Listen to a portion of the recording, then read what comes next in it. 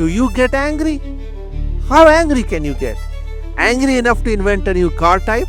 Angry enough to take on Ferrari in their own game and actually win? Ferruccio Lamborghini did just that, creating a brand that has defined poster cars since the very beginning. So why did a farmer challenge one of the greatest car brands of all time? What do tractors have to do with all this? And why sometimes your boss should really just back off? Rev your engines and buckle up. I am Abhimanyu Pandey and this is Lamborghini. Before we begin, we have to start at the start. Ferruccio Lamborghini was born in Cento, Italy, to a family of grape farmers, and from a young age was more interested in farming machinery than farming itself. By the time Ferruccio finished his college, the sequel to the World War I dropped, and he was stationed on the island of Rhodes as a maintenance supervisor for the Italian Royal Air Force. Now, needless to say, being stuck on an island in middle of a war makes it pretty tricky to get spare parts. But Ferruccio knew how to think outside the box. Rumor has it that he once fixed a plane with a chewing gum and a paperclip. He started his now famous tractor company to buy old military vehicles and turning them into farming machines, eventually creating his own designs when the military stuff ran out. Ferruccio's tractor business was immensely successful. So successful, in fact, that he became one of the largest tractor manufacturers in Italy. With his money, he decided to do something cool. So he started an air conditioning company. And also bought many sports cars. But the crown jewel of his collection was the Ferrari 250 GT, a true race car for the road. It came with features like an interior hotter than a pizza oven, a turning radius so large that it basically needed its own zip code, and seats so thin you could feel regret. Aside from all this, Ferruccio had problems with the clutch of the car, and whenever he took it to the Ferrari factory, they would take a lot of time for repairs, and would not let him see how they were fixing his car. Ferruccio, frustrated from all this, decided to go to the man, the myth, the legend himself, Enzo Ferrari, and tell him personally what were his problems. Enzo, after hearing all this and considering his value as a Ferrari customer, had said, "Drive what you're good for, tractors and not Ferraris." Ferruccio had been deeply saddened and let down as a Ferrari customer. And thus, in 1963, Ferruccio started Automobile Lamborghini to make a better car and to give better customer service. Ferruccio assembled the Automotive Avengers to start work on his sports car initiative. The 350 GT was the result of months of hard work and design. Its engine was designed by ex-Ferrari engineer Gio de Bizzarini, who was most famous for his work on the Ferrari 250 GTO.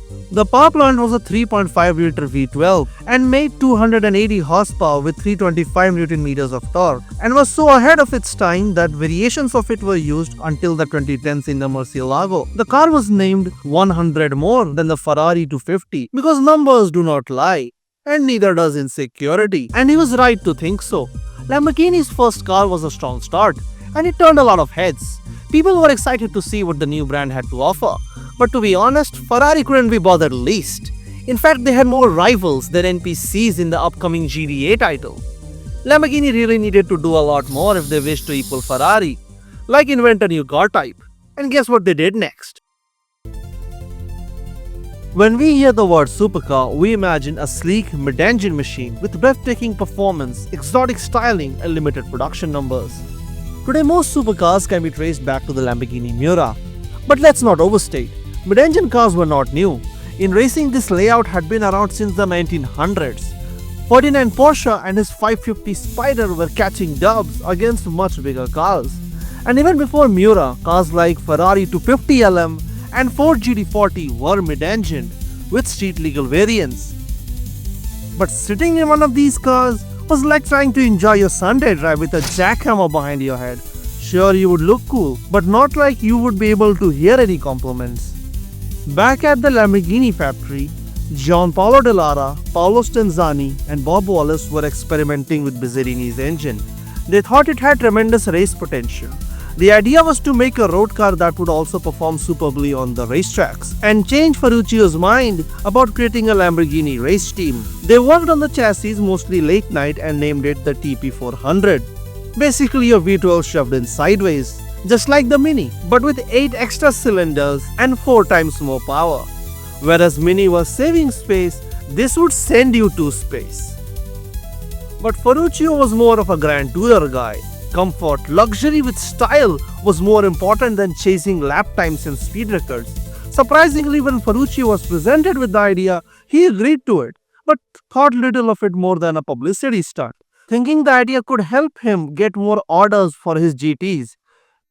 And Ferruccio was right. When the chassis was presented at the Turin Auto Show, he did get 10 new orders. Not for his GTs, but for the nameless bear chassis. Marcello Gandini was assigned to design the body for this chassis, and his work was much inspired by Ford GT. The coupe's beautiful balanced styling, bold colors, and use of matte black trim around the headlight gave it characteristic eyelashes. But that said, styling was more than just looks. The engine bay, luggage compartment, spare tire, and fuel tank were all easily accessible. These road car-centric features made servicing and maintaining the car more practical and comfortable to drive. Such a design deserved an equally iconic name. Ferruccio had always appreciated the bullfighters of Spain and thus named the car after the Miura family, a respected name in the industry. The Miura debuted at the Paris Auto Show in 1966 and with its launch became the fastest production car of the year with a top speed of 280 km per hour and a 0 to 100 in 6.7 seconds. It was basically the supercar equivalent of a mic drop. But building one world beater car does not crown you champion. It just puts a target on your back. And Lamborghini decided to paint it even bigger when it dropped Spada, a family car with a front-mounted V12 and a top speed of 243 km per hour. It was perfect for dropping kids to school fast and going to get milk faster. Also a related fact, it was the best seller for Lamborghini.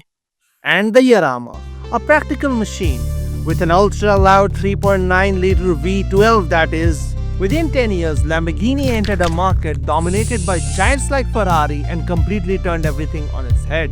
Throughout the 60s, Lamborghini kept building cars that made Ferrari nervous, closing the gap one beautiful machine at a time. Then in 1969, Ferrari started choking on its finances. Low volume production and money problems had finally caught up to them. Lamborghini, like a shark smelling blood, decided to deliver the coup de grace. Enter 1971 Miura SV. It had flare fenders for wider 15-inch tires, rejected carbs for extra bite, and maxed out at a top speed of 300 km per hour. Fast enough to make Ferrari executives reconsider their career choices. Ferruccio himself never thought Miura would sell more than 50 units. But throughout its run, Lamborghini sold 763 units, with the production ending in 1973. After a decade of good business, 70s proved to be tough. For starters, the oil embargo on the Western world had shifted market trends towards more economy cars. Adding to the fire, changing systems and overseas conflicts like the Vietnam War had huge impact on the economy, causing a recession. Ferruccio had been hit badly. His tractor business, which had always acted as a backbone for his car company, had major losses. Ferruccio had to sell Trattori to one of its biggest rivals. The Automobile too was in no better shape, and now with an important support gone, financial problems and labor strikes had halted production. Ferruccio by this time had already sold his majority shares in the company to save it, but could only delay the inevitable. In 1974, Ferruccio decided to sell his final shares to a Swiss businessman and a friend of his, René Leimer. After selling his companies, Ferruccio retired to his estate in rural Italy to restart his family business of grape farming and winemaking. René Leimer could not save Lamborghini, and brand filed for bankruptcy in 1978. With this, the story of Lamborghini comes to an end. Or did it? What does not kill you makes you stronger. And Lamborghini returned and did the most Lamborghini thing ever. If Miura was the first supercar, Lamborghini would now give the definition for it.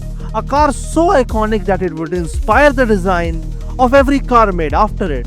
Such would be its presence that whoever laid eyes on it would gasp and say, "Oh